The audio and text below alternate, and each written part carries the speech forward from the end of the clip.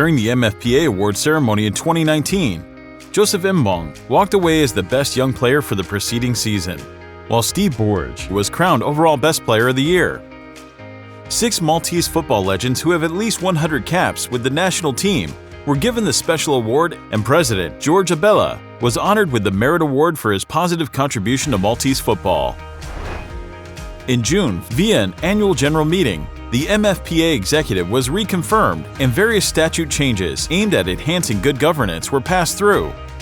Also in June and July, MFPA held its annual training camp for out-of-contract players. Sessions were led by Coach Paul Zammit and were finished off with 4 friendly matches against top-tier teams, Balzan, Hibernians, Valletta and Gezira. MFPA was pleased to accept an invitation from current MFPA President Bjorn Vassallo to discuss his vision for Maltese football and MFPA's priorities.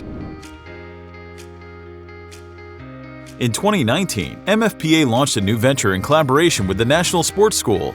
18 students were accompanied to a training camp in the UK and exposed to a professional player's lifestyle. The young players faced off in friendly matches against Leeds United, Sheffield United, and Daniel Sturridge Academy.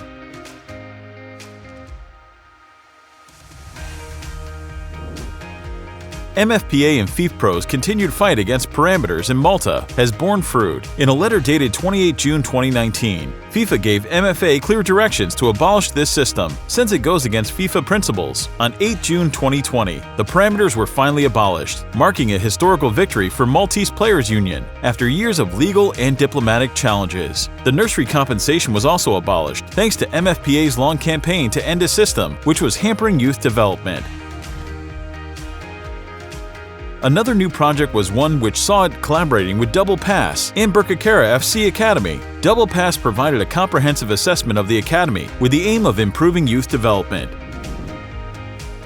With the intention of providing more opportunities for young players, MFPA coordinated trial opportunities for 2 promising young players who traveled to Italy. Andrea Zammit and Nathan Agius both left a positive impression.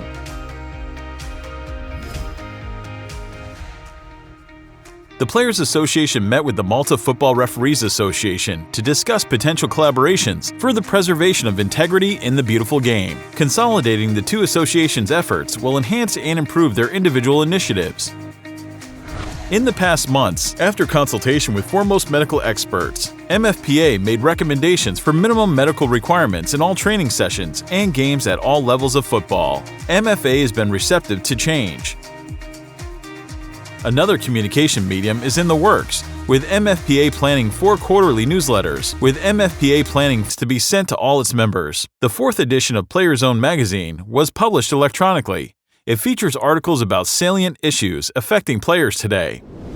3 players are currently reading for the sports management degree, done in collaboration with MFPA, FIFPro, and University of Northern Denmark. Matthew Gulaimir is already following the degree program, with Matthew Kalea Karamona and Tristan Caruana starting next September. As a full FIFPro member, MFPA is bound by high and strict standards imposed by FIFPro via what is known as the MDAS platform. MFPA is kept accountable for all operational and substantial aspects of a players' association, from financial audits to statute changes and codes of ethics. FIFPro reviews and assesses MFPA's standards annually.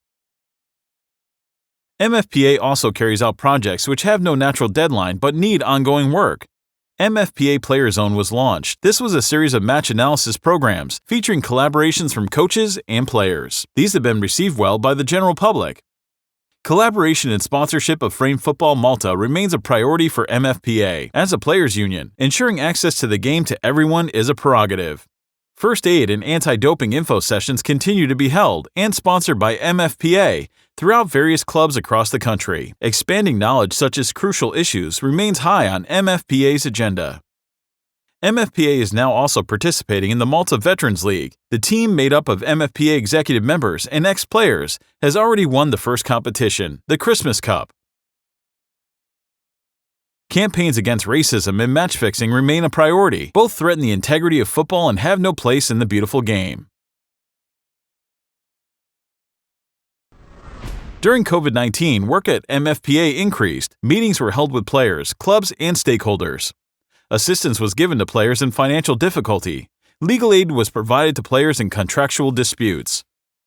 Moreover, with the assistance of Coach Paul Zammit and strength and conditioning coach Carl Attard, players were given a 7-day individual home training program. Following this, nutritionists Dr. Dorian Caruana Bonici and trainer Greg De Gabriela provided home workouts and nutrition programs. One-on-one psychology sessions were also available to members with Dr. Adele Muscat.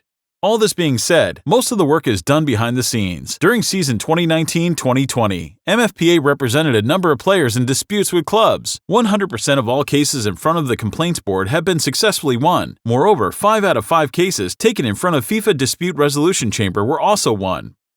The MFPA legal department has drafted 75 contracts and assisted 186 members who sought legal advice. More players are recognizing the benefits of membership, with numbers reaching record high. Currently, 955 players are MFPA members. MFPA's guiding principle and motivating factor remains the protection of players in Malta. In pursuance of this, it continues to work in silence, letting the results and successes do all the noise.